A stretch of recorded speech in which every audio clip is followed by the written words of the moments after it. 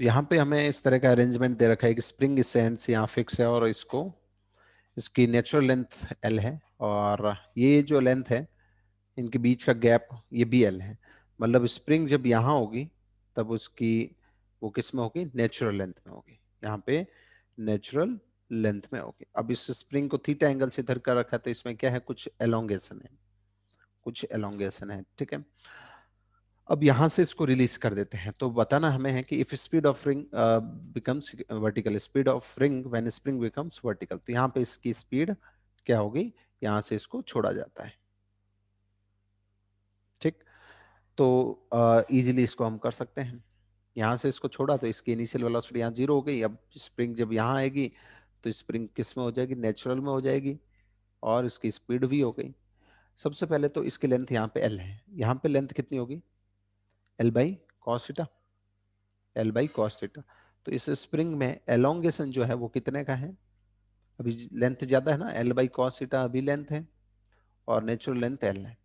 इसकी लेंथ कितनी हो जाएगी, ये एल है, इस ट्राइंगल से हम निकाल सकते हैं हाइपोटेनियस की value, L by cos theta आएगी, और अभी की इस लेंथ में से नेचुरल लेंथ जो कि एल है वो माइनस कर दी। अब वर्क एनर्जी थ्योरम लगा देते हैं। स्प्रिंग किस किस का वर्क होगा, एक तो स्प्रिंग का वर्क होगा, फ्रिक्शन कहीं है नहीं, स्मूथ है।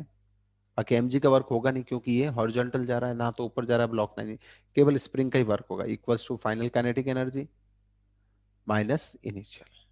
स्प्रिंग का वर्क हो जाता है हाफ के एक्स आई स्क्वायर, इनिशियली कितना है, ये क्या है, इनिशियल एलोंगेशन, ठीक।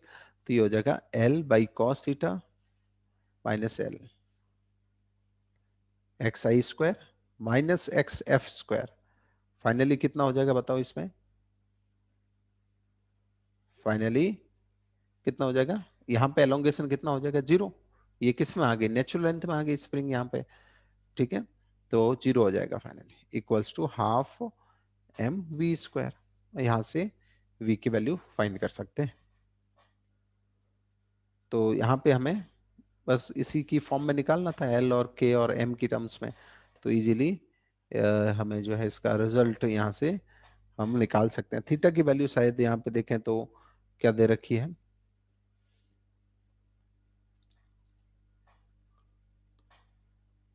Find the value of angle.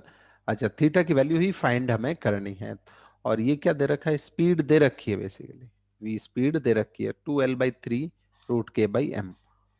तो यहाँ पे हम लोग जो है 2L/3,